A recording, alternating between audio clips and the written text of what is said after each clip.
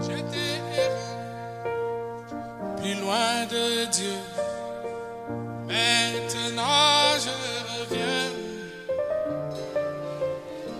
Voie du péché, longtemps j'ai suivi. C'est, je reviens. J'étais errant,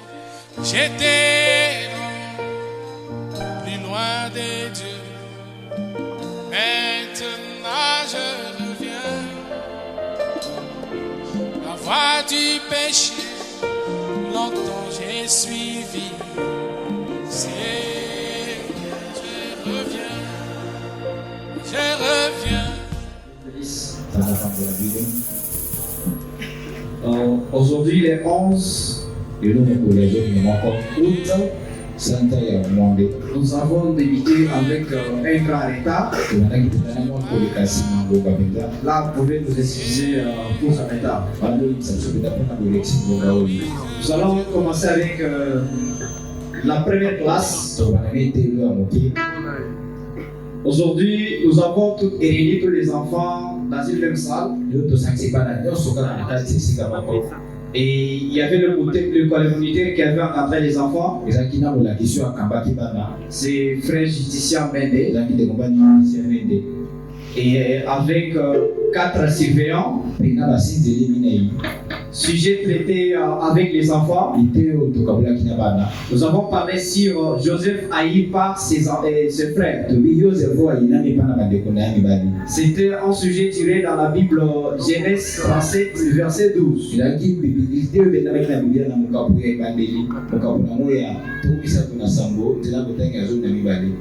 Dans la première classe, les enfants ont amené 11 cahiers.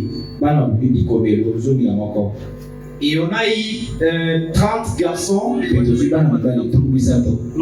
filles, ce qui fait 45 dans la salle. Les enfants ont amené à leur Dieu 6100 francs congolais. Dans la deuxième classe, c'est toujours le même moniteur qui a encadré les enfants.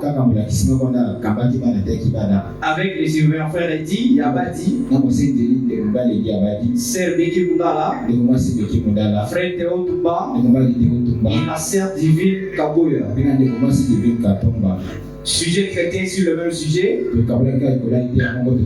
Et l'objectif était que l'enfant apprend à éviter à haïr la jalousie, à haïr ses frères vis-à-vis des autres. Et l'idée est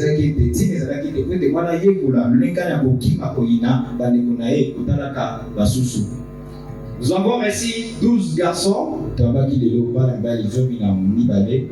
filles, ce qui fait 17 personnes dans la salle.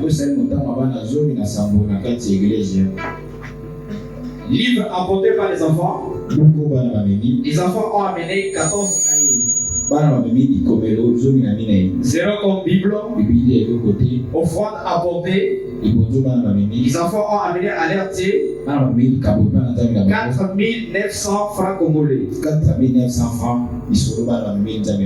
Total général, nous avons eu un moniteur, 4 surveillants, 62 enfants, personnes,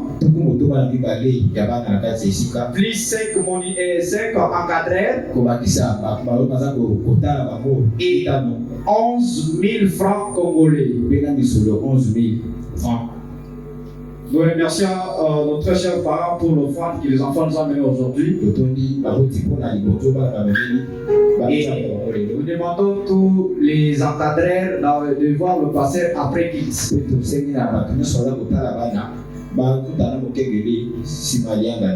Du reste, que Dieu vous bénisse.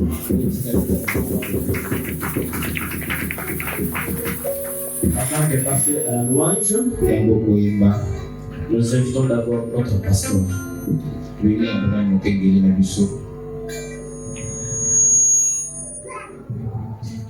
Shalom, peuple de Dieu. Shalom, C'est dans la joie, je pense, qui sont d'abord pour notre Seigneur.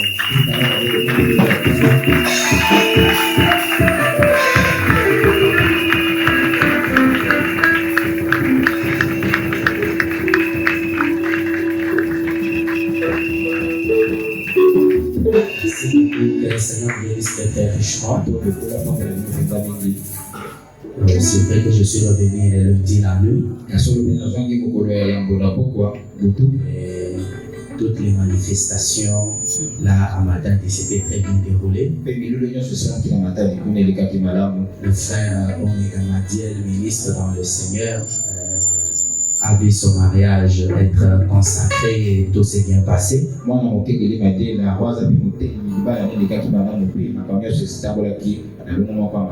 Et nous sommes venus vite sur la ville pour les raisons de service. Mercredi, vendredi, nous étions ici. Malgré que nous avions déploré un effectif très faible. Et là, on ne comprenait pas pourquoi. Et même aujourd'hui, dimanche, il est déjà 10h20. Nous voyons toujours combien il y a de sièges vides. Ça ne fait pas du bien. On ne sait pas pourquoi. Alors qu'avant de partir, vous étiez là très nombreux.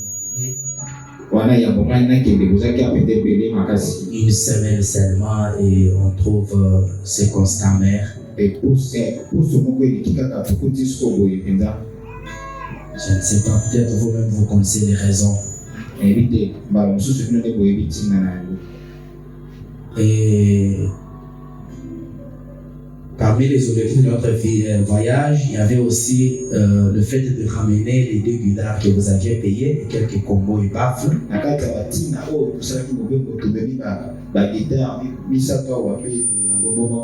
Bon, les autres, ce sont nos amis chantres qui ont mené ça. Si on peut seulement faire voir le nôtre. Donc, il y a la guitare solo là, plus l'autre guitare basse que avec le baffle qui est là et les 2 combos qui servent à jouer les guitares en question.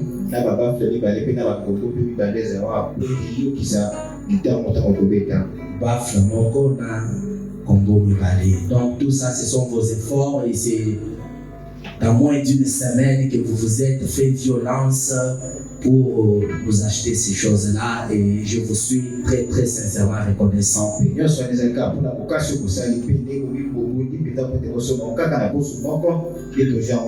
remercie beaucoup le groupe de jeunes qui m'ont surpris. Du coup, ils m'ont remis $130 seulement en 2 jours. $130 dans 2 jours. Et j'ai vu comment c'était un engouement de la part de chacun de faire quelque chose. Et ça nous fait très très fiers. Que Dieu le bénisse très richement. Que Dieu bénisse toute l'église qui a complété pour que nous puissions faire cet achat.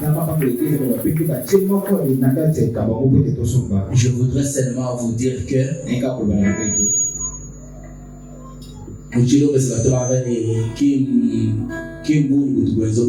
c'est ça, non? C'est pas parce que nous sommes moins nombreux qu'on n'est pas capable d'affronter des choses. Non, tant que Dieu est de notre côté, alors la majorité est avec nous. Nous améliorerons petit à petit. Seulement avec notre effectif. Et Dieu, puisque nous avons déjà commencé à lui témoigner notre amour pour lui. Lui, à son tour, il le témoignera aussi à notre égard. Et il décantera plusieurs situations. Et nous verrons aller de prospérité en prospérité. Seulement soyons reconnaissants. Quand Dieu fait quelque chose, témoignons qu'il l'a fait. Ne faisons pas comme si Dieu ne fait rien. Amen. Parce que le prophète dit, si nous refusons de témoigner pour Dieu, nous deviendrons formalistes froids. Et nous ne l'exciterons pas à faire davantage. Et ne minimisons pas ce que Dieu fait, même si c'est petit. Parce qu'il y en a qui ne sont pas capables de faire même le petit que vous faites là. Amen. Amen. Et je voulais vous informer que nous avons été éprouvés. Nous et puis du roi tabernacle, nous avons perdu un vieux frère qui venait au milieu. Mettons-nous debout. Qu'on nous prête numéro 80, ce monde n'est pas chez moi. Suivi 224, ami de Jésus. Mettons-nous debout et chantons avec joie pour notre Dieu.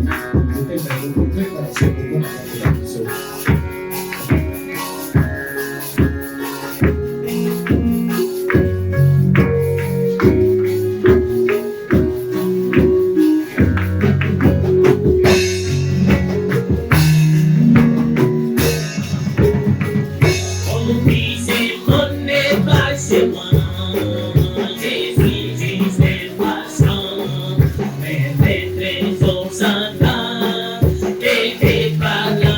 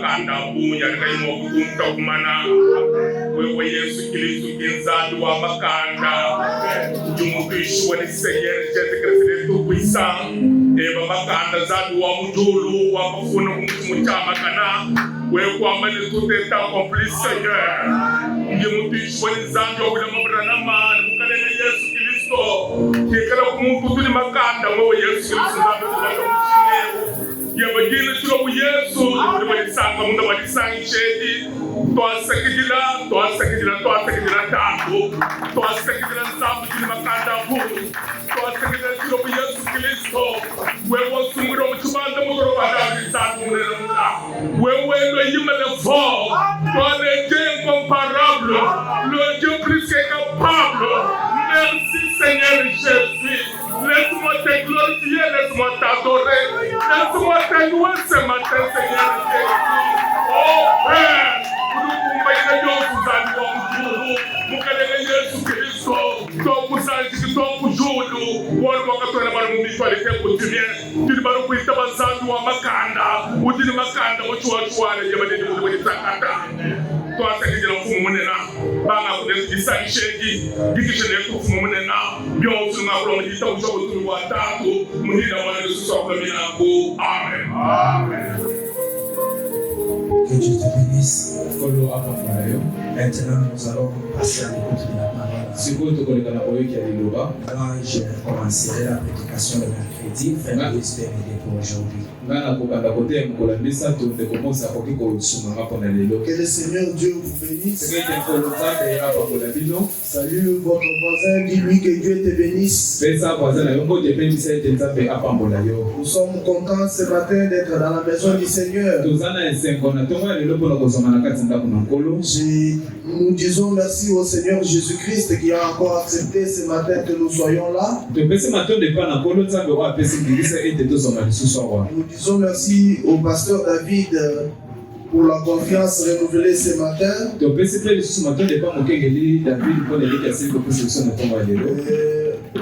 Je pensais y passer directement à l'écoute de la parole parce que je n'ai pas aussi grand chose ce matin. Je n'ai pas beaucoup de choses à dire ce matin.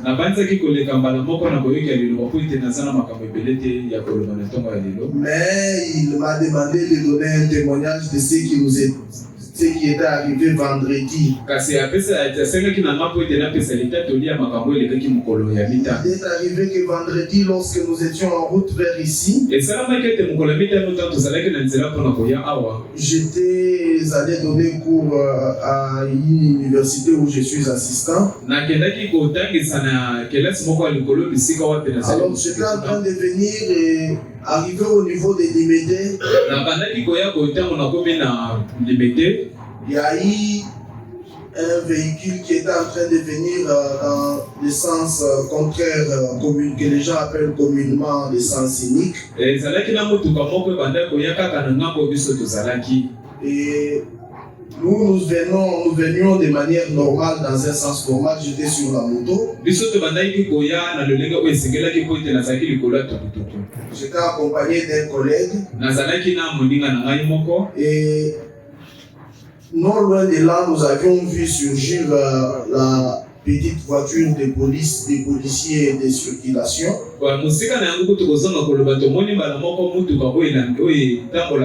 celui qui était en train de venir dans la voiture n'avait pas une autre issue parce qu'il devait être arrêté par la police. L'issue qu'il avait pour échapper à la police, c'était de nous renverser. Alors, il n'a pas tenu compte que nous venions. Il nous a renversé. Mon sac qui avait mon ordinateur, l'iPad et certains documents étaient renversés. Mon téléphone s'est retrouvé en dessous de la voiture. Je ne suis resté qu'avec l'autre qui est presque endommagé. Alors, ce coup-là a fait que même les chauffeurs de la voiture du véhicule qui nous a cogné a été projeté et s'est retrouvé dans un caniveau.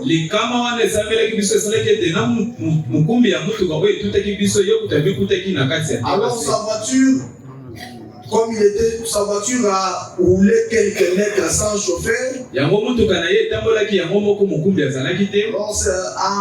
dans cette marche, cette voiture a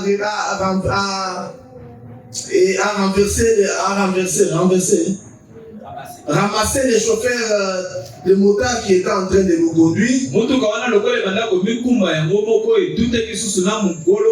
s'est retrouvé avec une jambe complètement endommagée ou fracturée. Nous disons merci au Seigneur Jésus-Christ parce qu'il a accepté qu'en dehors des habits et quelques petites plaies, que nous soyons encore en bonne santé ce matin. Alors que les autres, les collègues et les motards sont internés à l'hôpital Saint-Joseph. Mais nous nous retrouvons ici, nous disons que le nom du Seigneur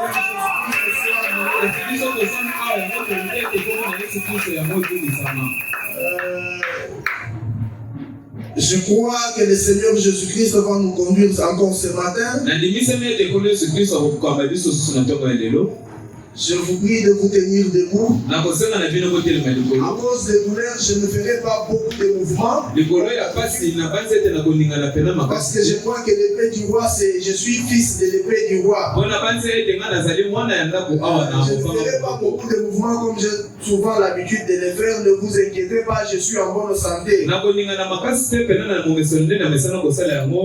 matin, je vais prendre des endroits dans la Bible.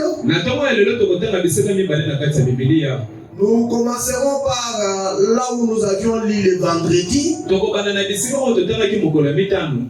le livre de Luc, le chapitre 22 au verset 31.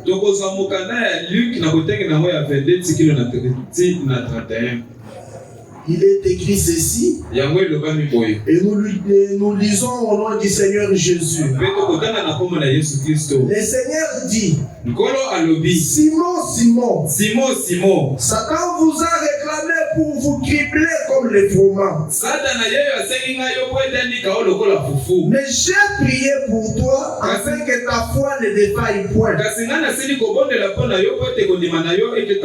Et toi, quand tu seras converti, affermis tes frères.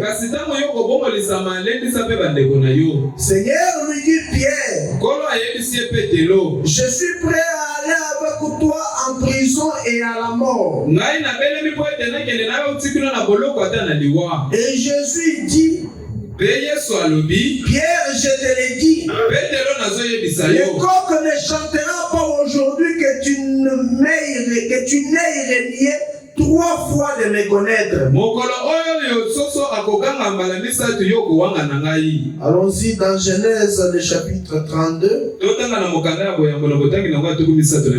À partir du verset 20. Prenons à partir du verset 24. Moïse, le législateur, dit ceci. Moïse, mon législateur, a levé boy. Et Jacob demeura seul. Et un homme lutta avec lui jusqu'au lever du jour. Et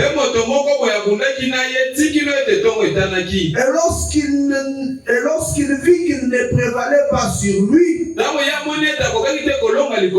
il toucha la jointure de sa hanche, et la jointure de la hanche de Jacob fit des mises pendant qu'il luttait avec lui. Et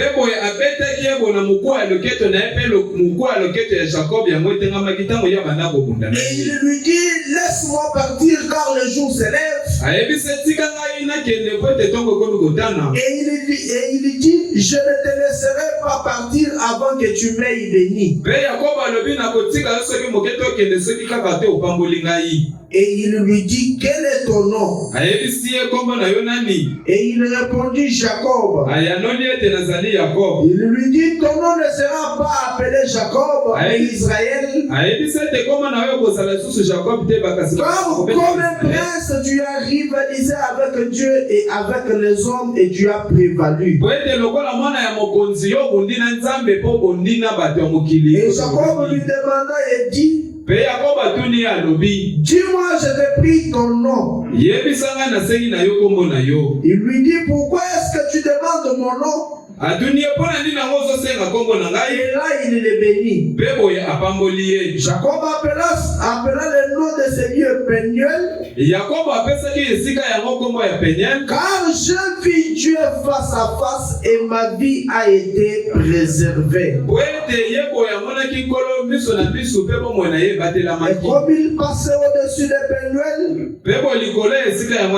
le soleil s'éleva sur lui et il boitait à cause de sa puce. Que Dieu bénisse la lecture de sa parole. À partir du vendredi, nous étions en train de voir un sujet que nous avions tiré dans Luc 22.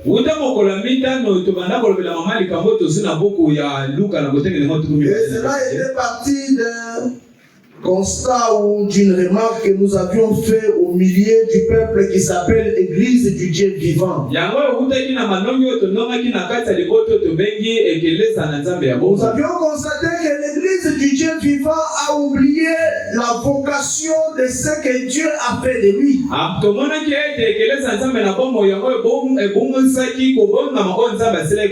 Et quand on était en train de parler de l'Église, ça ne s'agissait pas de servir et de s'école. Nous étions en train de voir que nous, comme l'Église du Dieu vivant, nous avions perdu le but de notre vocation céleste.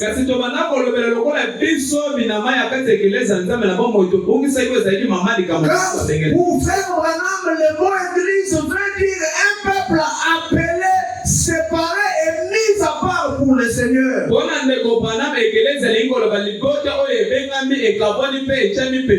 Et nous avions compris ensemble avec Frère Branham que tant un peuple appelé et mis à part, nous devrions avoir une manière de vivre différente du reste du monde. Et cela ne nécessitait pas seulement de venir à l'église chaque jour, de nous habiller décemment, d'être connus par les pasteurs, d'être de nature calme. Nous avions compris que dans Luc 29, Pierre a fait 300 en marchant jour pour jour avec le Seigneur. Mais à la fin du ministère du Seigneur, le Seigneur lui dit, Pierre, Satan m'a demandé de te cribler comme du fromage. Mais quand tu seras converti, et nous avions compris que le fait que Pierre marchait avec le Seigneur ne faisait pas de lui un homme converti. Le fait que nous venions à l'église, que nous soyons en compagnie des frères, ne fait pas de nous des hommes convertis. Et Frère Branham nous a donné l'explication de ce que c'est qu'un homme converti. Il nous a dit qu'un homme converti, c'est un homme qui est mort en soi-même. Et nous avions poursuivi ce qui était là, nous avions été enseignés par Frère Branham sur toutes ces choses. Alors ce matin, comme je vais chuter par là. Et comme c'est le dimanche, je vais apporter un message évangélique, mais qui aura trait à ce que nous étions en train de voir. Pour ajouter plus à ce que nous avions vu vendredi. Donc, je l'ai intitulé comme ceci. Je doute de ton péniel. Amen. Amen. Regarde ton voisin, dis-lui ce matin, je doute de ton péniel. Dans Genèse au chapitre 22, au chapitre 32, on nous raconte l'histoire de l'un des grands patriarches des enfants d'Israël. On nous parle de l'histoire d'un homme qu'on appelle Jacob.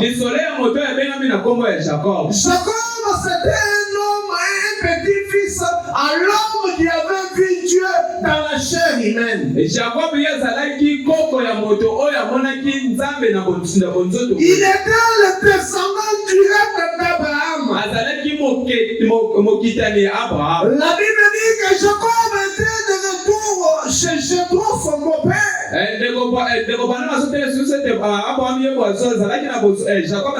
Parce qu'un jour où il a ravi, où il a volé les droits de l'Est, notre pasteur nous a déjà enseigné sur toutes ces choses.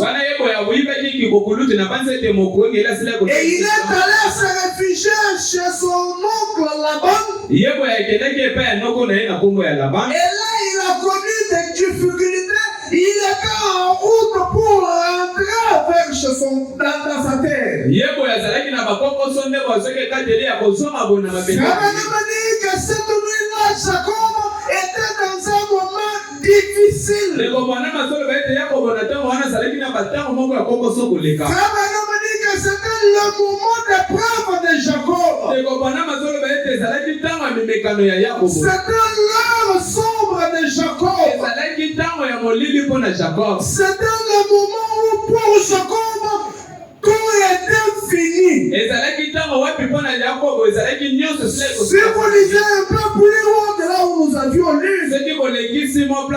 vous constaterez que de l'autre côté, Laban, c'était Laban, son beau-père était à la poursuite de Jacob.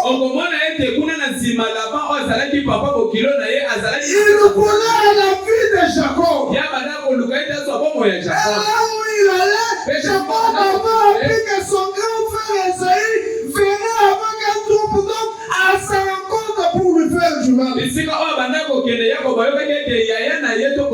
Croissant de tous côtés, sans un autre issue. Vous pouvez être en train de passer par là ce matin. De l'autre côté, coincé par la famille. De ce côté-ci, coincé par l'église. Frère Abraham a dit, je peux susciter votre église contre vous. Je peux prendre votre pasteur contre vous. Vous vous demandez où est-ce que j'irai? Ma famille est contre moi. Je n'ai rien fait de mal. Mon église et mon pasteur ne me comprennent pas. Ils ne veulent même pas me justifier. C'est pendant ce moment-là que le quatrième homme, celui qui était dans la fournaise à honte avec les Hébreux, celui qui était dans la fosse au lieu avec Daniel, celui que Job a appelé le rédempteur, celui que Dieu souvent un dernier lien, ça lèvera au l'étendard de Jacob. Et on ouvrira la voie là où les hommes pensent que c'est impossible. Un peu ce qu'il te demande, c'est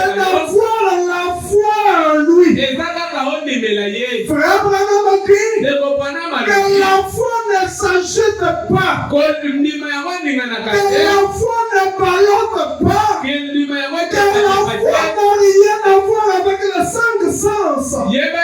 La foi regarde là où les hommes disent que c'est impossible.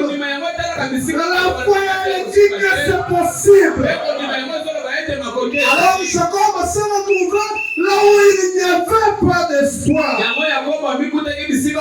Il s'est dit, je n'ai rien à voir avec les autres. La Bible dit, il a commencé par envoyer ses troupes. C'est bien par groupe. Et il a envoyé ses serviteurs. Et il s'est dit, il a envoyé sa famille. Et par la fin, il s'est dit, je vais aller moi-même. Cependant, c'est pas le questionnement de Jacob. Cependant, c'est temps où tout semblait être noir pour Jacob. Que l'ange du Seigneur est venu dans la nuit vers Jacob. Jésus vient souvent à l'heure la plus sombre. Si tu es en train de passer par l'heure la plus sombre ce matin, aie du courage. C'est le temps pour toi de rencontrer Jésus le surnaturel. Pendant que Jacob était en train de passer par ce temps sombre de questionnement, par ce temps sombre de désespoir. Dans la nuit, la Bible dit qu'un homme, l'ange de Dieu, est venu jusqu'à dans la vallée, dans la nuit sombre là où était Jacob. Les dieux de la vallée, c'est aussi les dieux de la vallée. On ne va pas entrer là-bas. Jacob a vu un homme venir vers lui. Sans lui poser des questions, il commence à combattre. Pendant qu'il combattait, la Bible dit que l'homme a compris que Jacob, qu'il n'arrivait pas à vaincre Jacob. Il n'arrivait pas à vaincre Jacob. Il sentait que Jacob était persévérant.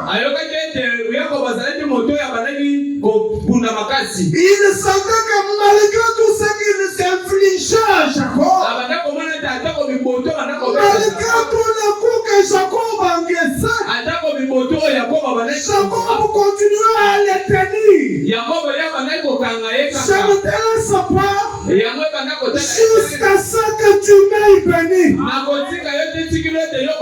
Que mes enfants tombent malades, que mes activités ne marchent pas, que tout se complique dans ma vie, que tout le monde m'abandonne, mais moi je resterai avec ta parole. Je vais continuer à t'honorer. Pendant que Jacob continuait à les tenir, il s'est dit, mais monsieur, l'heure est en train de venir. On a combattu. Laisse-moi aller. Jacob lui dit non. Je ne te laisse pas. Après avoir subi tout ce que j'ai subi comme coup, je ne te laisse pas jusqu'à ce que tu me bénisses. Et il lui dit, dis-moi ton nom pour que je te bénisse. Il bénit Jacob. Et lorsqu'il finit à bénir Jacob, la Bible dit que dans le combat, il a donné un coup à Jacob sur sa cuisse. Et Jacob a commencé à monter. On va en revenir. Il bénit Jacob est parti. Jacob reste seul et dit, cet homme m'a béni. Alors, cet endroit où je viens de rencontrer Dieu, je vais appeler cela Peniel. Et nous, ce matin, notre petit sujet, c'est je doute de ton Peniel. Frère Branham dit, dans le message dans sa présence, le 9 septembre 1962, soir, paragraphe 68, William Branham dit ceci. Je vais demander à Frère Branham de nous expliquer d'abord ce que c'est que Peniel. Parce que si ce matin, moi j'écoute de ton Peniel, c'est quoi Peniel? Frère Branham dit après que Jacob a lutté toute la nuit en confessant ses péchés, vous rappelez-vous l'endroit où il était? C'était Peniel. Le mot Peniel en hébreu signifie la face du Dieu Tout-Puissant. Jacob, le petit escroc, avait couru. Son nom était Jacob, ce qui signifie supplanter. C'est-à-dire un trompeur. Il avait fui toute la nuit. Il avait fui toute la nuit loin de Dieu. Mais une fois qu'il était à la présence de Dieu, à Peniel, devant la face de Dieu, il saisit Dieu et n'a pas voulu le lâcher. Mon prophète William Branham dit ceci. Oh Dieu, nous avons besoin de plus de Jacob. Il s'est tenu à la face de Dieu, dans la présence de Dieu. Le mot Peniel, c'est là où Frère Branham veut dire là où on voit la face de Dieu, là où le Dieu du ciel, l'esprit éternel est créé. Cet esprit qui se mouvait dans les eaux devient visible. C'est à cet endroit-là que vous appellerez Peniel. Et vous remarquerez que Pierre aussi avait rencontré son Peniel. Le Dieu d'Israël et de Jacob, qui était invisible tout le temps, un jour est venu dans la chair. Et Simon Pierre a reconnu que le Dieu que son père lui rencontrait était sorti de ce qui est devenu un Dieu présent. Est-ce que quelqu'un peut me donner un amen? Frère Branham a dit que le Dieu du temps ancien, ce jour-là était devenu dans la chair.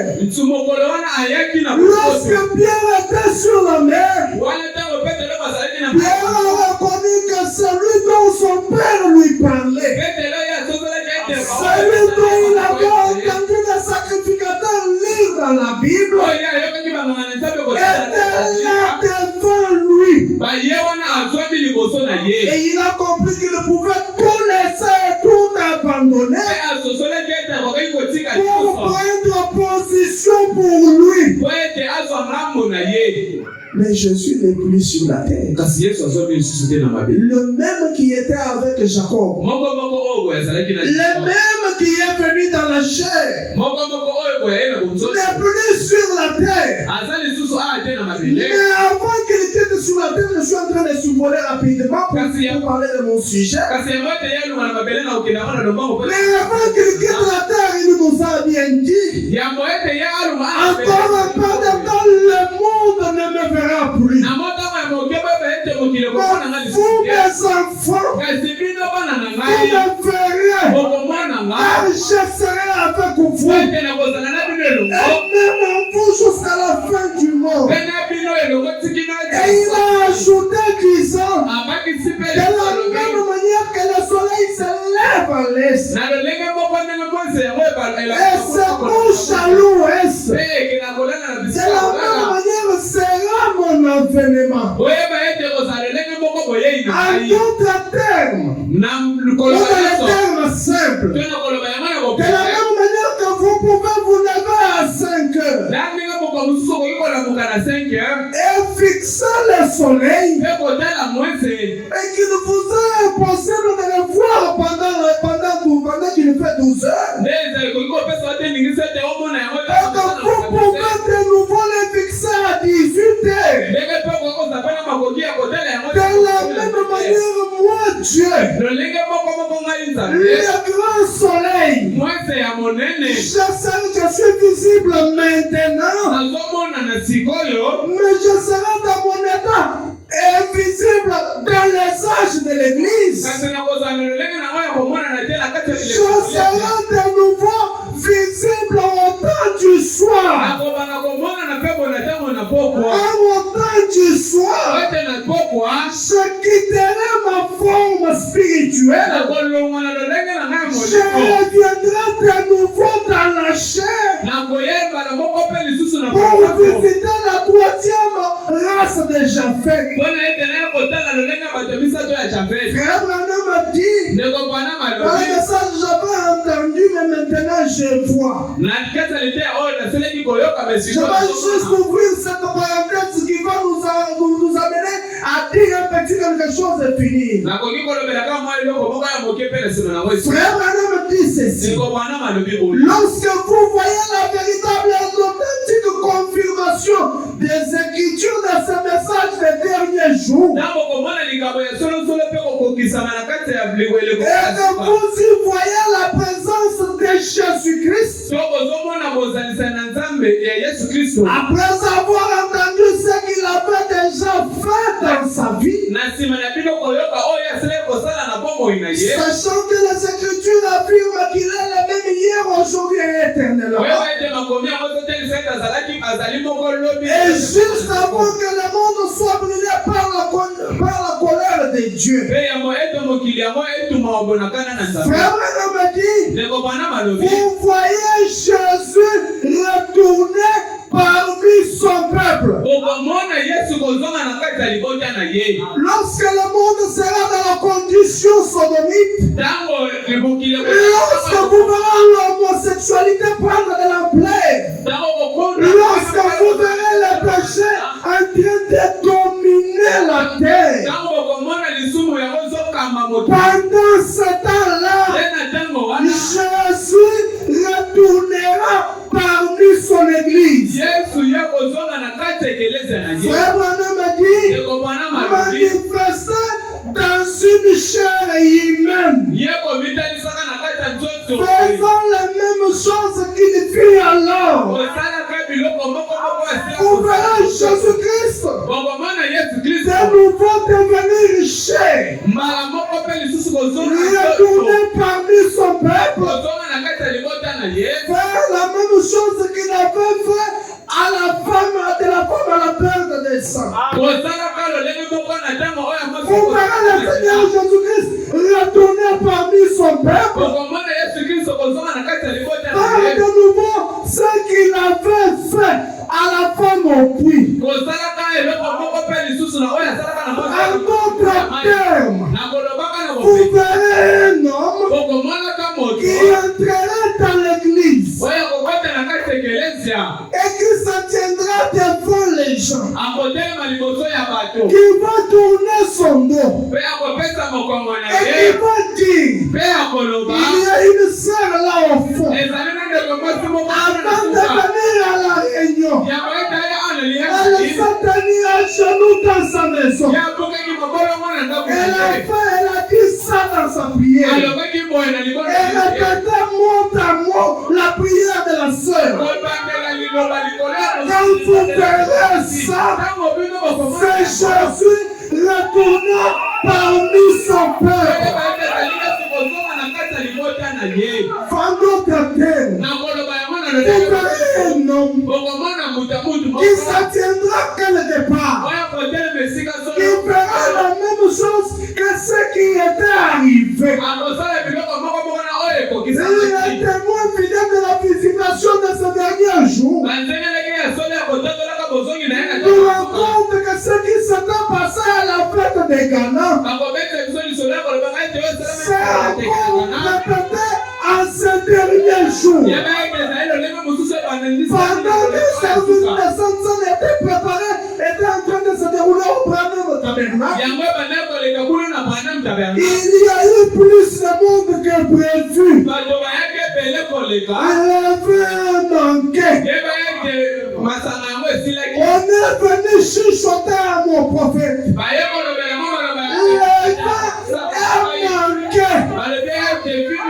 L'histoire nous raconte que l'homme à la calvitie voit de Dieu en ce dernier jour. La chair dans laquelle Dieu s'est voilé aujourd'hui a pris la casserole où il y avait du vin. Il ne faisait que renverser. Il ne faisait que renverser. Et le vin n'a pas fini. Jusqu'à ce que le service a pris fin. Quand vous voyez ces choses, ne vous mettez pas à penser. Dites-vous, c'est Jésus retournant parmi son peuple. Dites-vous, je suis de nouveau à Péniel, là où le Dieu invisible peut être rendu visible. Frère Branham dit, est-ce que quelqu'un peut me donner un amen? Frère Branham, est-ce que tu peux rendre cela plus clair? Essayer de rendre un service à Dieu sans que cela soit sa volonté. William Branham, mon prophète, dit ceci. Or, il a promis cela. Cela montre que la Bible est vraie jusqu'à ce jour. Ainsi que Sodome et Gomorrhe n'était pas. C'était l'Esprit de Dieu sur Élie. Élie n'était qu'un homme. Bon, on a eu des Élie. De par-dessus d'Élie. Des manteaux d'Élie. Et de tout ce qu'on veut d'Élie. William Branham, mon prophète, dit ceci. Mais Élie d'aujourd'hui, c'est le Seigneur Jésus-Christ. Abraham, mon prophète, dit, il doit venir. Il doit venir. Selon Luc 17:30. Le Fils de l'homme doit se révéler parmi son peuple. Comment faire Branham? Pas un homme. Pas un homme. Dieu. Mais ça viendra au travers des prophètes. Ça viendra. Tu es le Dieu du ciel, le Dieu invisible, le Dieu surnaturel, celui qui avait fait trembler les monts Sinaï, celui qui était descendu sur le mont Horeb, celui que la gloire avait couvert le temple lors de la dédicace. À cette heure du soir, il viendra au travers tes prophètes. En d'autres termes, au temps du soir, si vous voulez me voir, regardez là où se trouve le prophète. Ça ne sera pas le prophète, mais le Dieu du ciel. Je serai à mon prophète afin de me manifester, en train de me révéler, en train de me faire voir. J'accepterai que mon peuple me fixe de nouveau. J'amènerai mon peuple au fait qu'il soit directement à Peniel.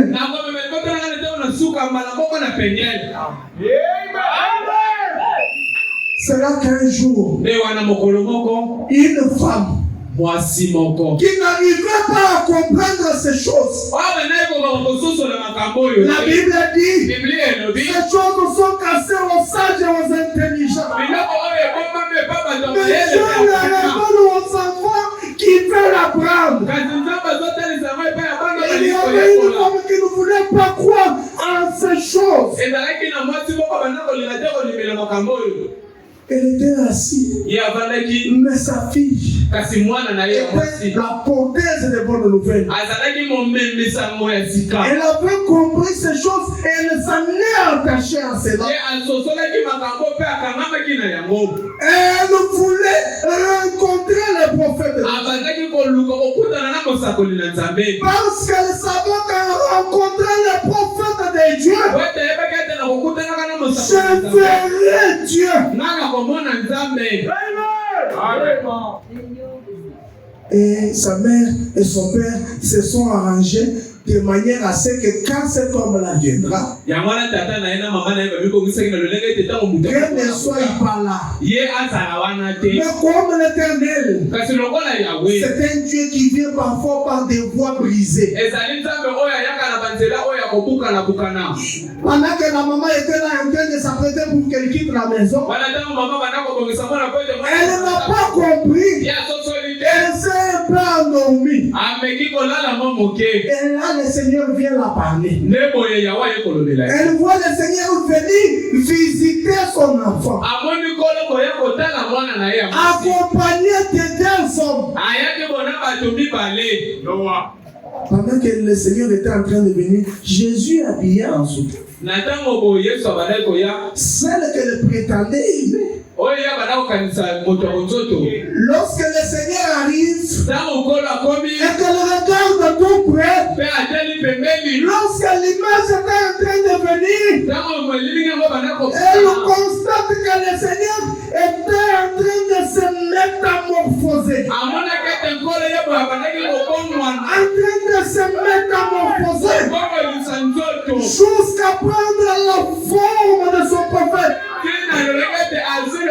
Comme elle ne voulait pas croire, elle était dit non.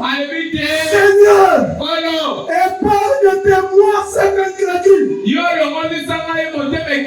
Mais ne sachant pas que c'était la visitation de Dieu.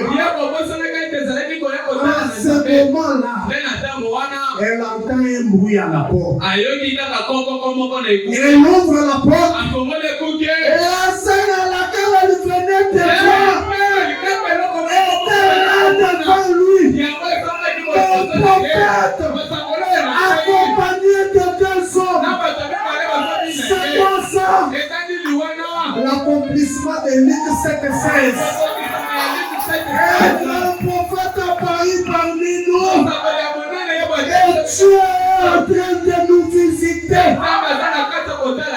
Dieu est en train de nous amener à Peniel. Ce n'est pas étonnant que ces grands évangélistes, je connais au sport, aient dit.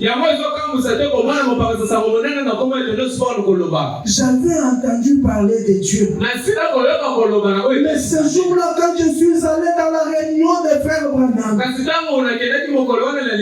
j'ai vu le Seigneur Jésus-Christ. Dans un bouton m'appelait William Branham.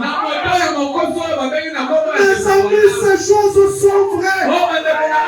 Et le Seigneur nous a dit Au temps de la fin, je serai de nouveau visible. J'amènerai mon peuple de nouveau à Peniel. Je suis si content que vous croyez ces choses. C'est le socle de notre foi.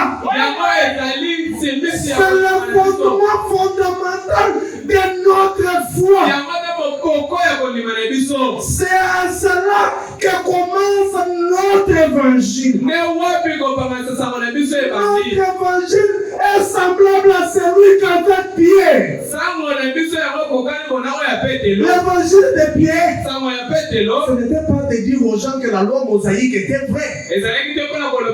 Ça, tout le monde le croyait. Mais c'était l'évangile de Pierre, c'était d'amener les gens à comprendre. Et celui dont la loi mosaïque était en train de prophétiser avait plus forme chère dans un homme qu'on appelait Jésus-Christ. Et notre évangile à nous, c'est d'amener les gens à comprendre que le Dieu du ciel qui avait promis de se révéler encore en ce temps de la fin a accompli sa parole. Il nous a de nouveau amenés à Peniel. Nous pouvons de nouveau voir la face de Dieu. Dis à ton voisin, moi j'ai vu la face de Dieu. J'ai vu Dieu en ce temps de la fin. Je suis dans les mêmes conditions que Jacob. J'ai vu Dieu. Jacob, quand il a vu Dieu, c'est là mon problème, je pense que je suis en train de finir. Jacob, quand il a vu Dieu, la Bible dit que Jacob a été béni. Je crois ce matin que chaque personne qui croit ces choses a le droit de recevoir tout ce qu'il demande à Dieu. La révélation du Fils de l'homme change la nature de l'homme de l'extérieur à l'intérieur. La révélation du Fils de l'homme change la situation des hommes. La révélation du Fils de l'homme prend l'homme péché, fait de lui un saint. La révélation du Fils de l'homme prend le pauvre malheureux et fait de lui un bienheureux. La révélation du Fils de l'homme change la malédiction en bénédiction. La révélation du Fils de l'homme change la mort en vie. La révélation du Fils de l'homme enlève toute la condamnation sur laquelle on était. Jacob, toi comme tu as fait ceci, tu es un escroc. Mais quand Jacob arrive à Peniel, Dieu les prend. Lui qui était un escroc, il fait de lui Israël. Un prince avec Dieu.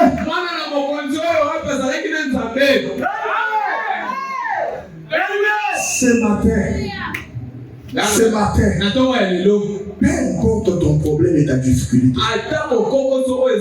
la révélation du Fils de l'homme est largement détaillée. Je pèse bien les mots de ce que j'ai dit. Largement détaillé. Largement détaillé à faire face ce matin à chaque situation. Mais Jacob, lorsqu'il arrive à Peniel, la Bible dit, j'ai vu Dieu face à face.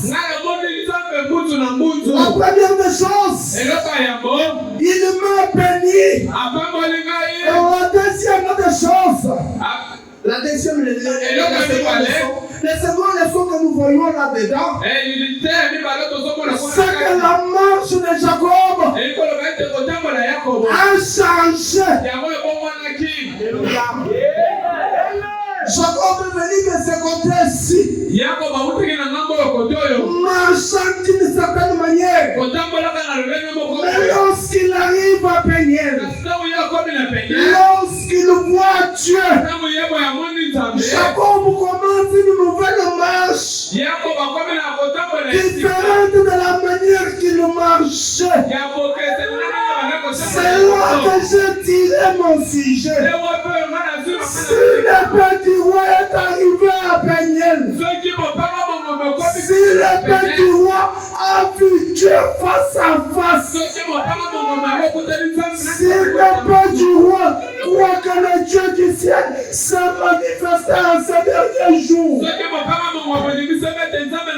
pourquoi la marche continue à être la même? Pourquoi la marche continue à être la même? Pourquoi ta marche ce matin continue à être la même? Pourquoi ta vie continue à être la même? Pourquoi ta réputation continue à être la même?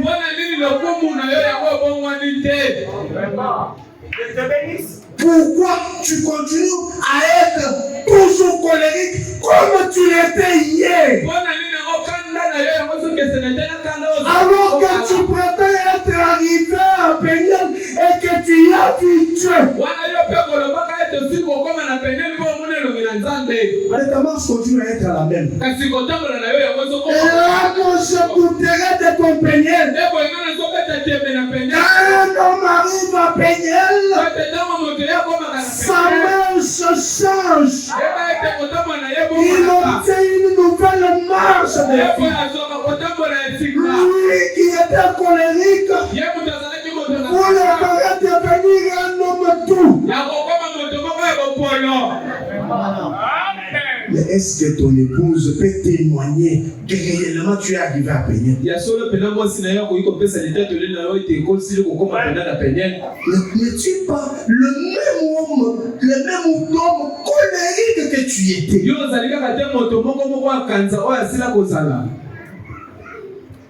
Que Dieu vous bénisse. Je pense que vous continuez à m'aimer.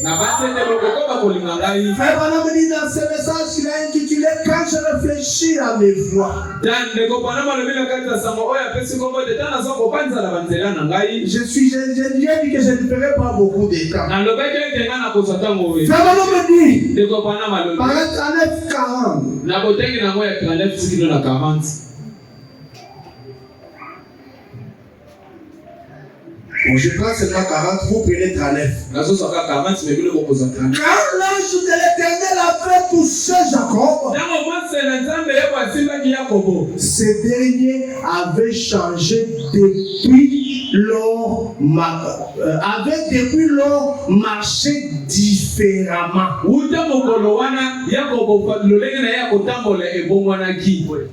Dites-moi quand même amen. D'un côté de la rivière, il était un fugitif lâche. Mais de l'autre, un prince motillant. Frère Branham dit, vous marchez différemment. Vous pensez différemment. Amen. Et puis tu vas tabernacle, disons amen. Quand on arrive à Péniel, ça change notre marche, ça change notre manière de penser. Après être à Péniel où nous voyons Dieu face à face, où nous avons un contact avec Dieu, on a des pensées différentes. On commence à penser comme Christ. Quand on lui fait du mal, au lieu de répliquer, Père, pardonne-leur. Quand ils ne savent ce qu'ils font. Un homme qui arrive à Péniel a la même pensée que lui. Lui qui était une femme de vengeance. Quand sa co-épouse lui fait du mal, Père, pardonne-la. Elle ne va pas faire un problème. Elle n'ira pas pour échanger des paroles. Elle n'ira pas pour qu'elle puisse s'injurier. Pendant qu'on sera en train de l'injurier, elle sera en train de venir. Si toi c'est encore le contraire ce matin, je doute de ton Péniel. Je doute que tu as vu Dieu en ce moment.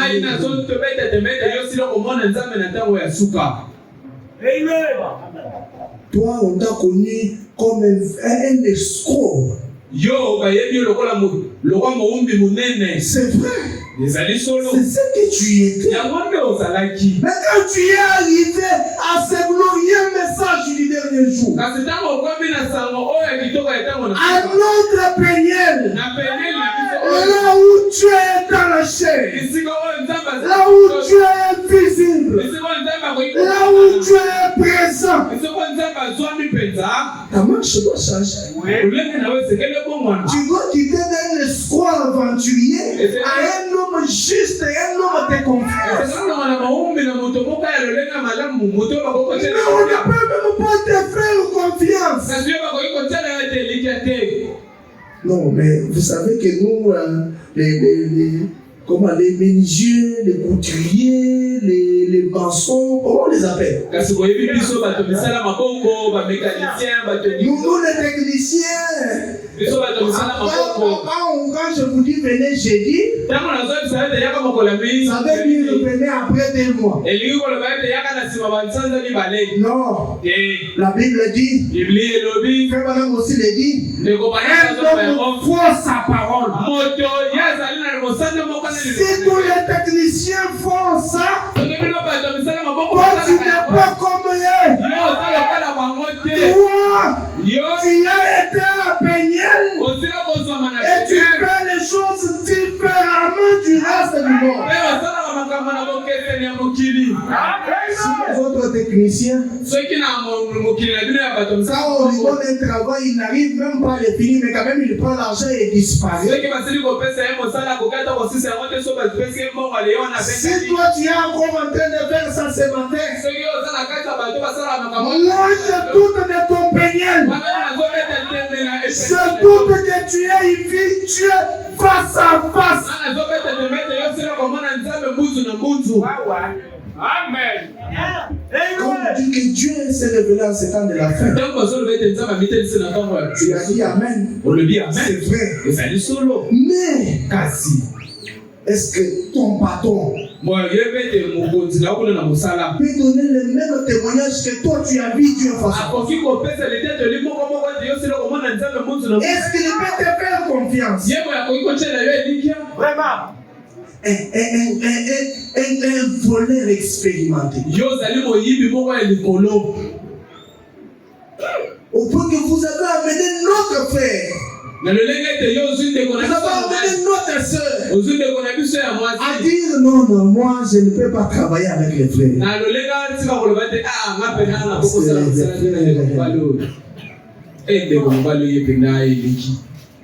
Et tu dis que tu as vu Dieu en ce temps de la paix. Je doute de ton Péniel. Celui qui est arrivé à Péniel et qui a vu Dieu obtient une marche de vie différente de l'ancienne vie. Quand on lui donne un chéri, qu'on vient lui faire un inventaire, on ne trouve même pas un manquant des enfants. Un homme honnête. Ne savez-vous pas que la Bible dit? N'usez pas de fraude dans les affaires envers ton frère. Que Dieu vous bénisse. Amen. Que Dieu vous bénisse. Amen. Mais, Cassie, moi je crie que Dieu est descendu et s'est révélé au temps de la fête. C'est vrai, mon frère. Mais est-ce que toi réellement tu l'as vu? Si tu les vois, ta marche doit changer.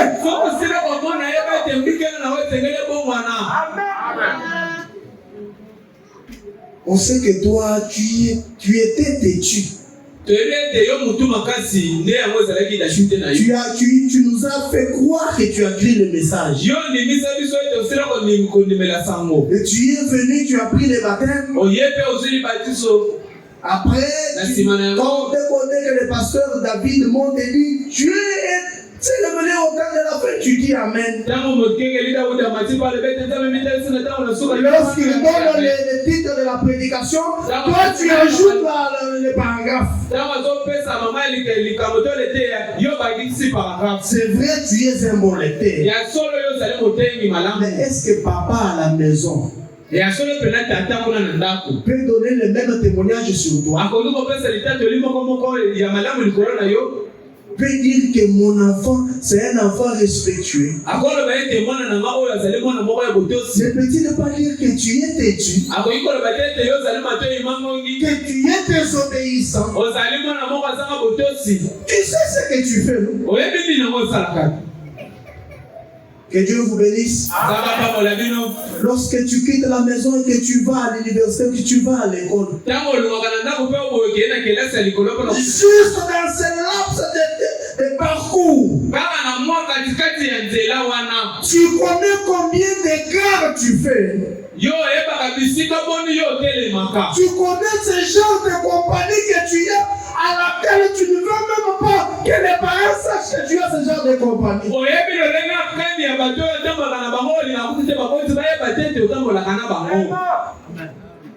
Est-ce que tu es arrivé à Péniel réellement ce matin?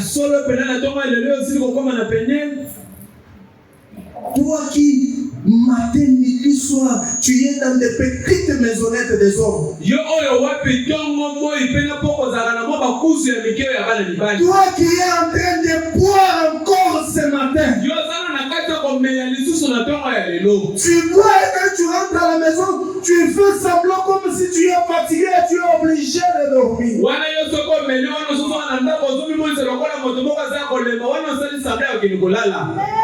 Tu peux arriver à cacher à tout le monde.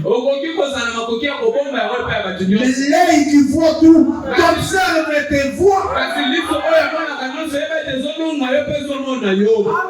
Amen.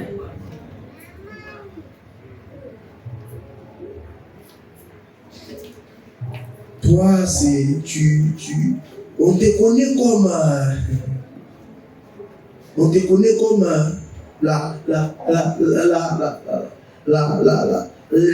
l'homme qui protège la famille. Tu arrives à Péniel. Là où le Dieu tout-puissant est visible. Mais tu as quand même des petites choses à côté. Ça c'est pour protéger ma famille, pour me protéger les massous et autres. Comme si le Dieu de William Branham n'est pas puissant. Mais pourtant tu sembles croire que tu es arrivé, que tu as rencontré le Dieu tout-puissant. Je doute que tu l'aies rencontré. Quand Jacob l'a rencontré à Péniel, cela lui a donné le courage d'aller affronter Esaïe. Quand on rencontre Dieu à Péniel, et la puissance témoignage sont sous nos pieds. Car l'écriture dit, même les plus faibles parmi les croyants, ont les diables sous leurs pieds. Ils ne peuvent pas avoir le diable sous les pieds. Ensuite, recourir à cela. Si ce matin tu es encore dans ces choses-là, je doute de ton Peniel. Je crois que tu es arrivé à Peniel. Quand je ferai une marche différente de la marche que tu avais avant. Si ta marche continue à être la même ce matin, j'ai le droit de douter que tu n'es pas arrivé à Peniel.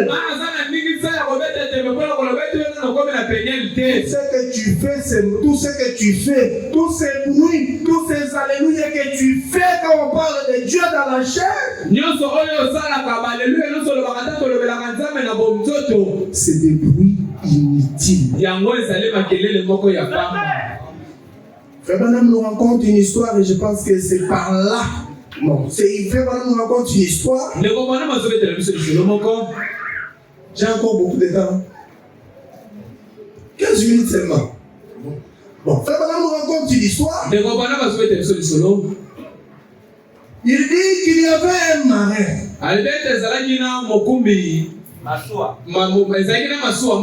Alors, les marins qui fréquentaient cette route-là, est-ce que vous êtes encore en train de me suivre?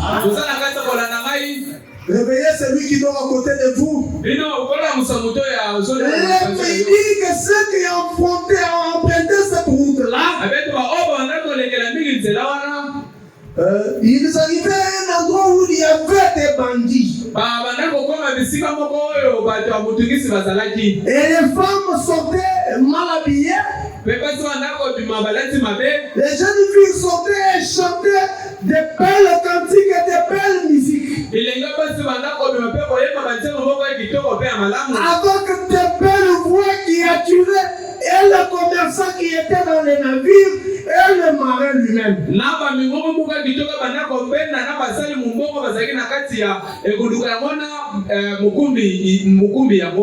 point que tout le monde se disait, accostons un peu et écoutons la musique. Lorsqu'ils accostaient, les bandits qui étaient cachés sortaient et ravissaient tout ce qu'ils avaient.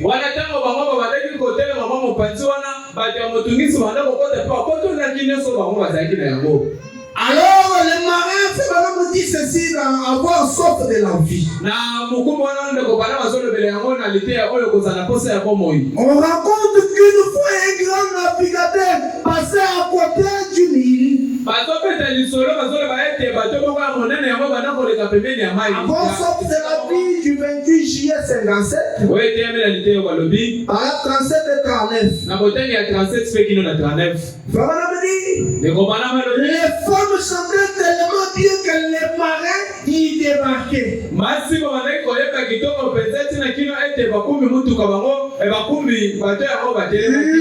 hommes se tenaient en embuscade aussitôt que les marins débarquaient. Ces hommes sautaient en courant de leur embuscade et les tuaient et s'emparaient de leur navire. Et se les approprier. Frère me dit, ces grands navigateurs voulaient entendre cette musique-là. Ainsi, il a bouché les oreilles de ces marins. Et il leur a demandé de l'attacher à un aimant. À un mat plutôt, d'attacher ses mains.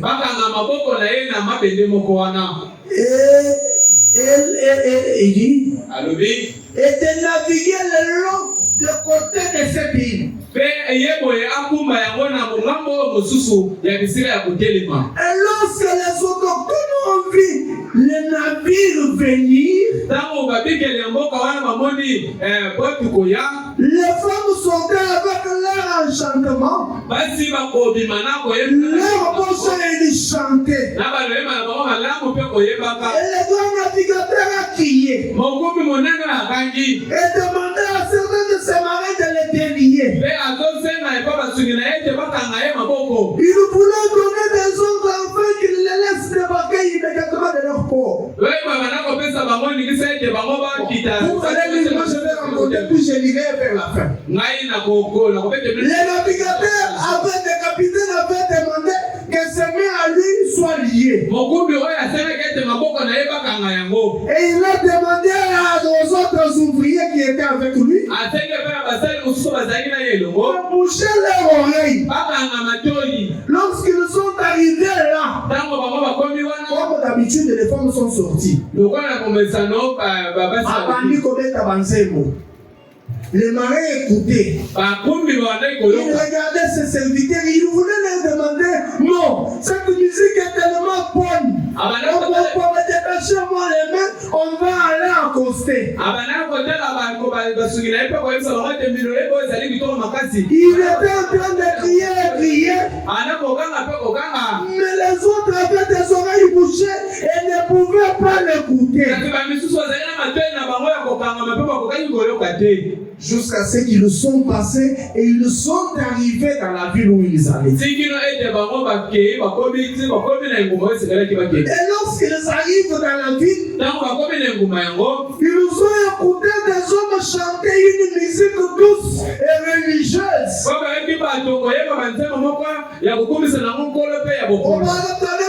dire que cette musique-là était plus bonne et plus meilleure que la musique des femmes. Et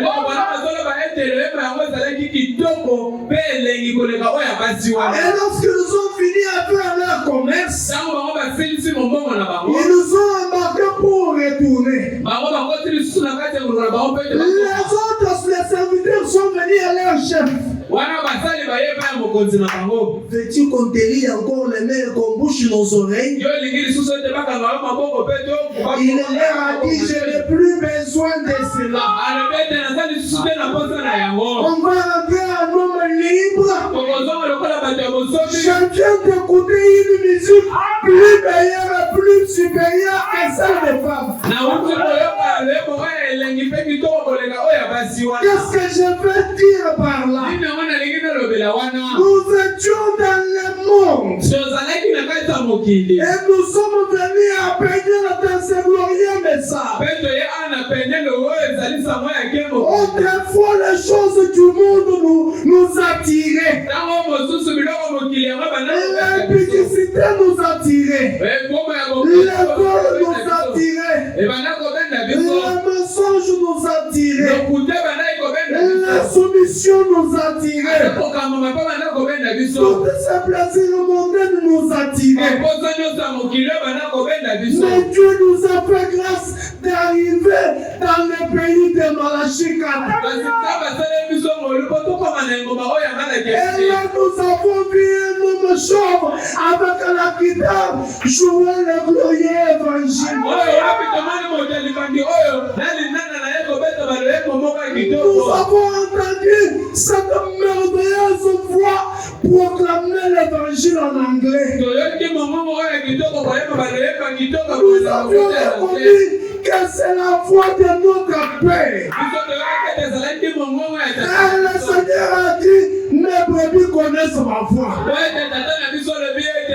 Lorsqu'ils l'entendront, ils viendront à moi. Nous avons écouté ça. Comment est-ce qu'encore les choses du monde vont nous attirer? Après avoir écouté cette belle mélodie jouée par William Branham, ce glorieux évangile proclamé par William Branham, comment l'impudicité va-t-il encore vous attirer? Comment les vols va-t-il continuer à t'attirer?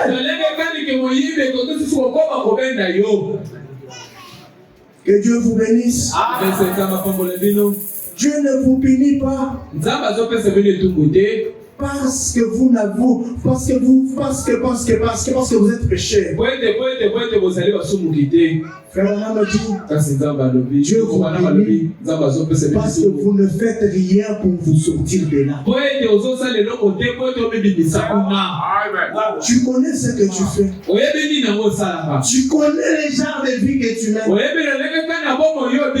tu sais que c'est la même vie que tu avais avant de venir à cette parole. Quand Dieu est venu dans la chair, ce n'était pas pour rassembler, c'était pour séparer. Il a séparé l'autre d'Abraham. Il a séparé les disciples avec le reste des Juifs. Dieu nous sépare du reste du monde. Je lis ça et on va prier. La condamnation par représentation. Alors ça, oui, William Branham me dit, je prends juste au milieu. Bon, je prends seulement les débuts. Vous direz, frère Branham, comme vous pouvez vous dire, je reconnais que j'ai été appelé.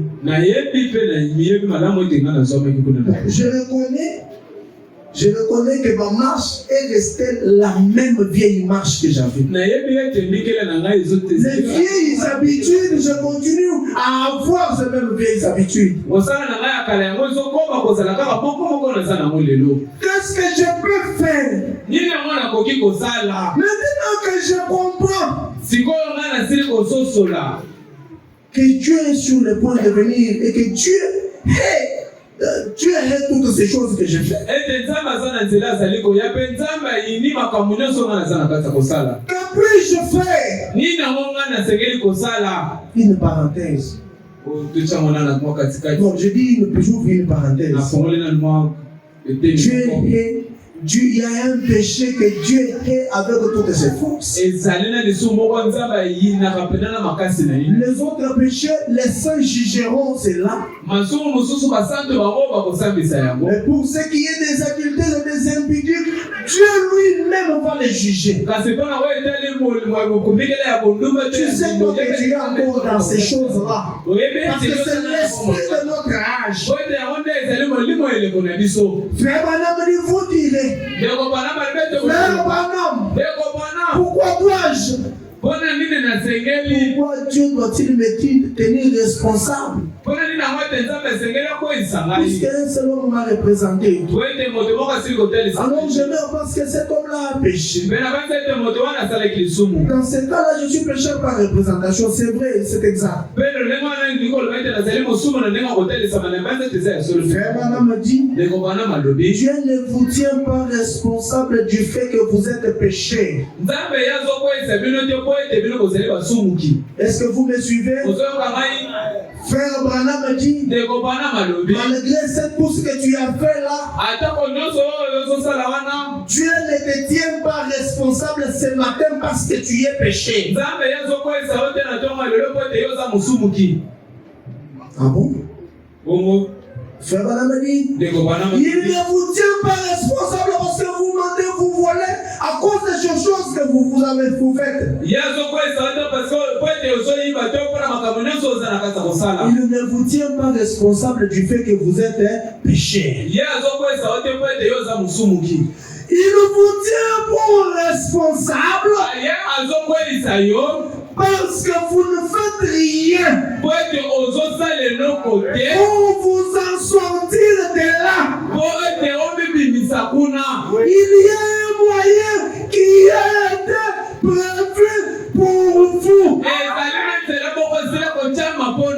Amen. Il y a un moyen qui est prévu pour vous. Et ce moyen-là, c'est le moyen de la repentance. C'est le moyen de venir s'humilier à l'autel, à la croix. voie de Jésus. Seigneur, j'ai péché. Je n'ai pas été digne. Ma vie ne vous a pas rendu témoignage. Je n'ai pas été un bon marketeur de toi, Seigneur. Je n'ai pas fait une bonne publicité de l'évangile dans ma famille. Je n'ai pas fait un bon témoignage de ta parole dans mon quartier. Mais Seigneur, je reviens à toi ce matin. Je reviens à toi pour que tu aies une miséricorde. Frère Branham m'a dit qu'il y avait une femme aux États-Unis. On l'appelait Madame Ladi Makabé. Elle était plus vile et plus pécheresse que même le policier qui était venu pour la tuer. On s'est même mis du goudron sur elle et ne voulait même pas la toucher. Frère Branham me dit, mais le sang de Jésus-Christ était capable de laver Ladi Makabé dans cet état-là. Quand il était dans l'état où même Satan ne voulait rien avoir avec elle. Elle était tellement péchère que même Satan la voyait plus sale et plus pécheresse. Mais le sang de cet homme de Galilée, le sang de ce vainqueur de Gethsemane, le sang de cet homme de Golgotha était non seulement capable de sauver Ladi Makabé, elle était capable de la laver. Si cela était capable de laver Ladi Makabé dans son état-là, c'est sera capable de te laver toi aussi ce matin. Parce que je crois de tout mon cœur qu'aucun de nous n'est encore arrivé dans l'état où était Ladi. Si seulement nous pouvons accepter cela. Ésaïe 55 dit pendant que nous nous tenons debout, que l'homme de l'iniquité abandonne ses pensées, qu'il retourne à l'Éternel, à notre Dieu qui aura encore pitié de lui. La Bible dit qu'il ne se lasse point de nous pardonner. Pardon de ce que tu as fait ce matin. Tu es encore sur son trône de grâce. Il veut encore que tu viennes. Tu peux venir et lui dire, Seigneur, pardonne-moi. Seigneur, je me suis mal comporté. Pendant qu'on est en train de nous préparer, je reviens à toi. Seigneur, je ne suis pas digne. Souviens-toi que Christ est mon localisateur pour ouvrir la voie. Je suis sur cette voie, Seigneur. Pitié et pardonne-moi. Alors que nous avons nos têtes inclinées, Frère Branham a dit, dans le message, c'est un prophète qui rougit. Lorsqu'un pécheur comprend ces choses, et qu'il reconnaît sa culpabilité, Frère Branham a dit qu'il quittera son siège et il ira tout droit à l'autel et dira, Seigneur, pardonne-moi. Il y a quelqu'un qui peut faire ce déplacement. Et dire, Seigneur, j'ai péché. Je viens à toi ce matin. Tu reconnais ma culpabilité. Sois miséricordieux.